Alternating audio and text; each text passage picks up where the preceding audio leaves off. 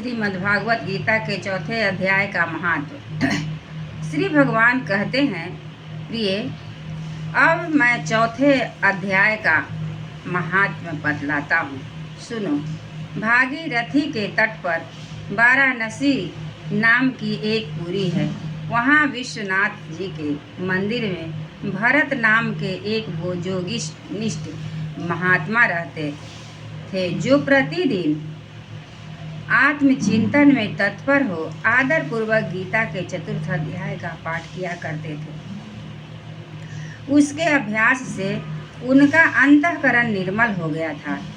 वे शीत उष्ण आदि द्वंद्वों से कभी व्यथित नहीं होते थे।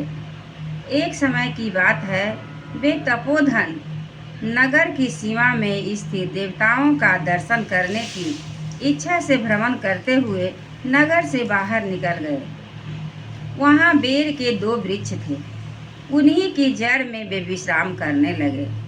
एक वृक्ष की जड़ में उन्होंने अपना मस्तक रखा और दूसरे वृक्ष के मूल में उनका एक पैर टिका हुआ था। थोड़ी देर बाद जब वे तपस्वी चले गए, तब बेर के पेड़, वे दोनों वृक्ष 5 ही 6 दिनों में सूख गए। उनमें पत्ते और डालियां भी नहीं रह गई। तत्पश्चात वे दोनों वृक्ष कहीं ब्राह्मणों के पवित्र गृह में 2 कन्याओं के रूप में उत्पन्न हुए।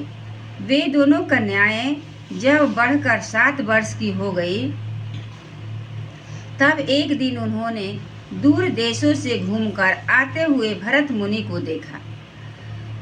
उन्हें देखते ही वे पहचान गई और उनके दोनों चरणों में पड़ गई और मीठी बाणी में बोली, मुने, आपकी ही कृपा से हम दोनों का उद्धार हुआ है।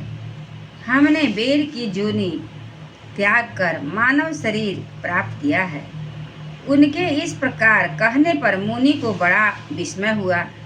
उन्होंने पूछा, पुत्रियों, मैंने कब और किस साधन से तुम्हें मुक्त किया था? साथ ही यह भी बतलाओ कि तुम्हारे बेर के वृक्ष होने में क्या कारण था, क्योंकि इस विषय में मुझे कुछ भी ज्ञात नहीं है। तब वे कन्याएं पहले उन्हें अपने बेर को हो जाने का कारण बतलाती हुई बोली, मुने, गोदावरी नदी के तट पर क्षीण पाप नाम का एक उत्तम तीर्थ है, जो मनुष्यों को पुण्य प्रदान करने वाला है। वह पावनता की चरम सीमा पर पहुंचता हुआ है। इस तीर्थ में सत्यतपा नाम एक तपस्वी बड़ी कठोर तपस्या कर रहे थे। वे ग्रीष्म ऋतु में प्रज्वलित अग्नि के बीच में बैठते थे। वर्षा काल में जल की धाराओं से उनके मस्तक के बाल सदा भीगे ही रहते थे तथा जाड़े के समय जल में निवास करने के कारण उनके शरीर में हमेशा रोंगटे खड़े रहते थे। वे बाहर भीतर से सदा शुद्ध रहते, समय पर तपस्या करते तथा मन और इंद्रियों को संयम में रखते हुए परम शांति प्राप्त करके आत्मा में ही रमण करते थे। वे अपनी विद्वता के द्वारा जैसा व्याख्यान करते थे, उसे सुनने के लिए साक्षात ब्रह्मा जी भी प्रतिदिन उनके पास उपस्थित होते और प्रश्न करते थे। ब्रह्मा जी के साथ उनका संकोच नहीं रह गया था, अतः उनके आने पर भी वे सदा तपस्या में मग्न रहते थे। परमात्मा के ध्यान में निरंतर संलग्न रहने के कारण उनकी तपस्या सदा बढ़ती रहती थी। सत्य तपा को जीवन मुक्त के समान मानकर इंद्र को अपने समृद्धिशाली पद के संबंध में कुछ भय हुआ। तब उन्होंने उनकी तपस्या में सैकड़ों विघ्न डालने आरंभ किए। अप्सराओं के समुदाय से हम दोनों को बुलाकर इंद्र ने इस प्रकार आदेश दिया, तुम दोनों उस तपस्वी की तपस्या में विघ्न डालो जो मुझे इंद्र पद से हटाकर स्वयं स्वर्ग का राज्य भोगना चाहता है। इंद्र का यह आदेश पाकर हम दोनों उनके सामने से चलकर गोदावरी के तीर पर, जहाँ वे मुनि तपस्या करते थे, आई। वहाँ मंद एवं गंभीर स्वर से बजते हुए मृदंग तथा मधुर वेणु नाद के साथ हम दोनों ने अन्य अप्सराओं सहित मधुर स्वर में गाना आरंभ किया। इतना ही नहीं, उन जोगी महात्मा को बस में करने के लिए हम लोग स्वर, ताल और लय के साथ नृत्य भी करने लगी। बीच बीच में जरा जरा सा अंचल खिसकने पर उन्हें हमारी छाती भी दिख जाती थी। हम दोनों की उन्मत्त गति काम भाव का उद्दीपन करने वाली थी, किंतु उसने उन निर्विकार चित्त वाले महात्मा के मन में क्रोध का संचार कर दिया।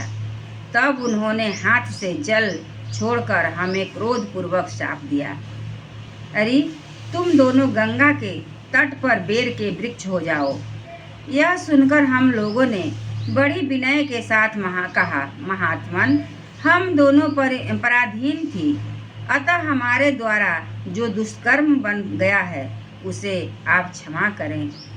यूँ कहकर हमने मुनि को प्रसन्न कर लिया। तब उन पवित्र चित्त वाले मुनि ने हमारे शापों द्वारा की अवधि निश्चित करते हुए कहा, भरत मुनि के आने तक ही तुम पर यह शाप लागू होगा। उसके बाद तुम लोगों का मर्तलोक में जन्म होगा और पूर्व जन्म की स्मृति बनी रहेगी। मुने, जिस समय हम दोनों बेर वृक्ष के रूप में खड़ी थी, उस समय आपने हमारे समीप आकर गीता के चौथे अध्याय का जप करते हुए हमारा उद्धार किया था।